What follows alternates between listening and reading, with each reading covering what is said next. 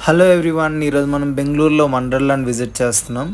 Wonderla ticket price వచ్చేసరికి per head 1900 rupees charge చేస్తారు, without food included. And fast track మీరు కావాలి అనుకుంటే 3000 పర్ హెడ్ అయితే ఉంటుంది. ఇన్ కేస్ జనాలు మీకు చాలా ఎక్కువగా అనిపిస్తే అక్కడ మీరు ఫాస్ట్ ట్రాక్ ఆప్ట్ చేసుకోవచ్చు. ఆర్ ఎల్స్ నార్మల్ టికెట్తో మీరు చాలా బాగా ఎంజాయ్ చేయొచ్చు. మేమైతే ఫ్రైడే విజిట్ చేసాం.